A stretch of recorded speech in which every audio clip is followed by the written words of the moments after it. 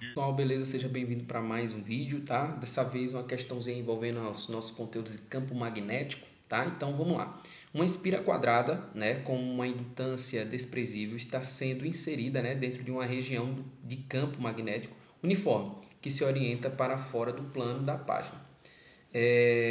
Durante esse movimento ocorre uma indução de uma corrente elétrica na espira devido à interação entre campo magnético e espira.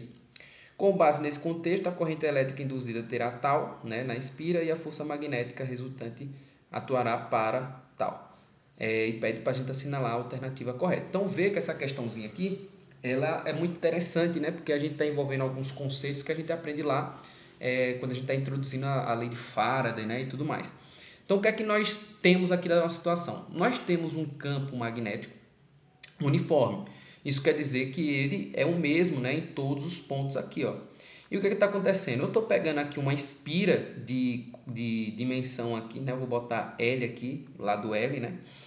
De modo que eu estou movimentando essa espira, tá? Se eu estou movimentando, eu estou aproximando, aumentando essa área aqui que vai ficar coberta, né, por campo magnético, ou seja, o fluxo magnético por essa área ele vai aumentar, né, devido a essa aproximação dessa espira, certo?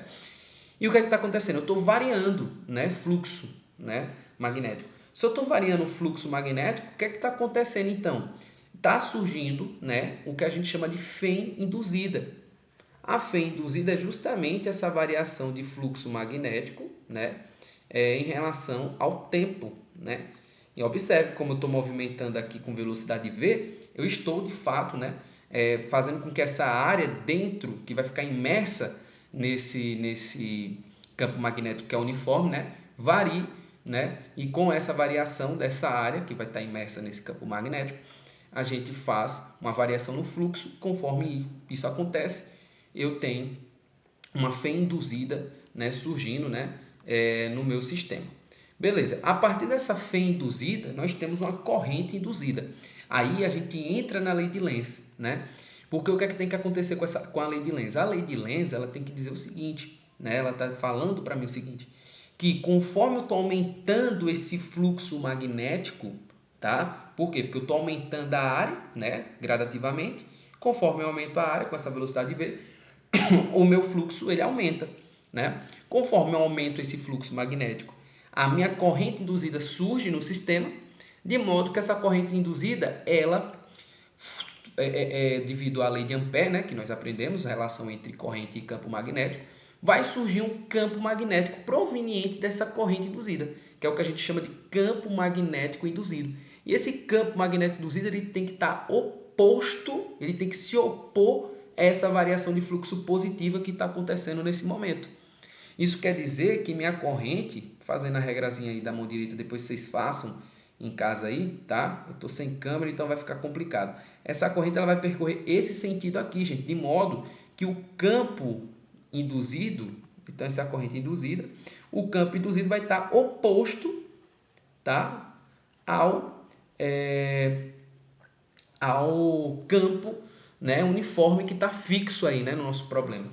Ok? Então, observe que essa é a ideia que vai surgir. Eu tenho uma corrente induzida, que no caso vai estar no sentido horário, tá? E essa corrente induzida, depois vocês façam em casa a regra da mão direita, ela vai ter que estar nesse sentido para que o campo magnético induzido se oponha a esse campo que está fixo. Então, a ideia geral aqui é você olhar para o campo, vai surgir uma corrente induzida. Aí você diz o seguinte, ó, o campo induzido ele tem que estar oposto. Aí você utiliza essa ideia do campo induzido estar oposto para que vocês possam ver o sentido da corrente de vocês. Então, utiliza essa ideia que vocês vão conseguir ver o sentido da corrente. Ok? Então, a nossa corrente ela vai estar no sentido horário. Então, nós tiramos aqui a letra B, nós tiramos aqui a letra D e tiramos também a letra E. Então, nós já sabemos que é no sentido horário. Agora, a minha força magnética ela vai estar para a direita ou para a esquerda. O que é que nós conhecemos da força magnética? Se eu tivesse observando apenas uma carguinha no espaço, né, aí, em movimento, nós teríamos que a força magnética dessa carguinha é Q, né, a velocidade que ela tem, vetorial B, né?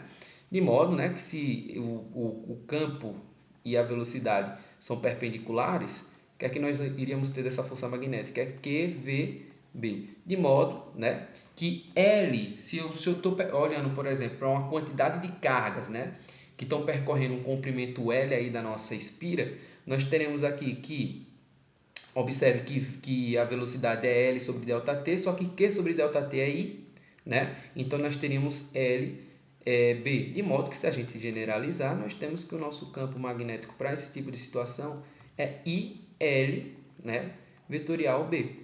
Então observe que para a gente descobrir qual é o sentido do nosso campo magnético, nós vamos observar como é que funciona esse produto vetorial aqui, ó. Ou seja, eu sei que nesse caso aqui, olhando aqui para fora, ó, quando o cabo está segurando, o campo magnético é nulo, né? Beleza, então o campo magnético para fora é nulo, tá? Então, para fora é nulo. Mas se eu olhar para aqui, ó, para esse pedaço aqui, tá? Nessa situação 1, o que é que está acontecendo nesse pedaço? Observe que eu tenho o campo, eu vou fazer o desenho aqui do lado, tá, gente? Eu tenho um campo saindo, como é um espaço tridimensional, né? Fica um pouco complicado, mas eu vou fazer o campo mais ou menos assim, ó. O campo está saindo da tela, tá? Esse aqui é o campo magnético. E ele está percorrendo esse pedaço aqui de espira L, né? De modo que o produto vetorial, se vocês fizerem esse produtinho, né? Pela regra da mão direita, vocês têm como pegar, né? Pega a mãozinha de vocês, os dedinhos de vocês, o polegar, né? Ele é o dedo indicador, na verdade, né? Ele é L, né? E você fecha na direção de B. O dedo polegar de vocês vai estar apontando para cima, né? Então, nós temos que a força magnética ela vai estar aqui para cima, ok? Então, nossa força magnética para a situação de baixo vai estar para cima. E lá em cima, né? Se a gente vir aqui para cima, o que é que vai ter? Nós temos de novo o campo magnético, ó, saindo do papel, tá? Imagine que está saindo aqui do papel. E nós temos o comprimento L sendo percorrido nesse sentido aqui agora. Isso quer dizer o quê? Que se vocês fizerem a regra da mão direita, ó, L fecha na direção de B, nós vamos ter a nossa força magnética para baixo. Ou seja, a nossa força magnética, devido o campo ser uniforme tanto em cima quanto embaixo, né, as nossas forças magnéticas elas têm mesmo módulo, porém sentidos opostos. Isso faz com que elas se cancelem na direção vertical. Isso quer dizer que nós só temos um tipo de força e vê que essa força ela vai estar de acordo com a lei de Lenz, tá? Observa que nós temos aqui, pessoal, desse lado, uma força que é a única força resultante devido ao campo magnético. E ela vai ser como? Observe que ela vai ser, ó, o comprimento L, tá? Comprimento L, o nosso campo magnético B, aí você fecha L na direção aqui de B. Vai dar um campo magnético, uma força, perdão, magnética para o lado, ó, para o lado o quê? Para o lado direito, tá? Para o nosso lado direito.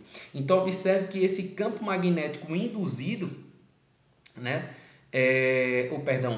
Esse campo magnético com esse comprimento L aqui, quando a gente faz um produto vetorial entre esses dois, vai gerar uma força, né? De modo que essa força ela está apontando para o lado direito, ou seja, se opondo ao movimento, né? Para que eu aumente a variação do fluxo do sistema aqui, da nossa situação, né? Então, tecnicamente é isso, gente. Então, nossa alternativa correta seria o quê? Seria a alternativa C, em que nós temos uma corrente, né, no sentido horário e uma força, né, que está apontando aí para a nossa direita, ok? Então, tecnicamente, nós temos isso. Espero que você tenha gostado. Observe que é um tipo de questão que apenas com o domínio conceitual do problema, nós entendemos, né, o que é que está acontecendo aí na situação, ok? Então, eu espero que você tenha gostado. Se você tem algum comentário, deixa aí no... se você tem alguma ideia, né, para complementar a questão, deixa aí nos comentários, tá? Qualquer coisa, fala comigo no Instagram, @fisicaelementar, que eu vou estar ajudando vocês o máximo possível, tá? Então, vê que esse tipo de questão conceitual, ter o domínio conceitual é muito importante para vocês estarem dominando o concurso de vocês, ok? Então, valeu, pessoal, e até a próxima.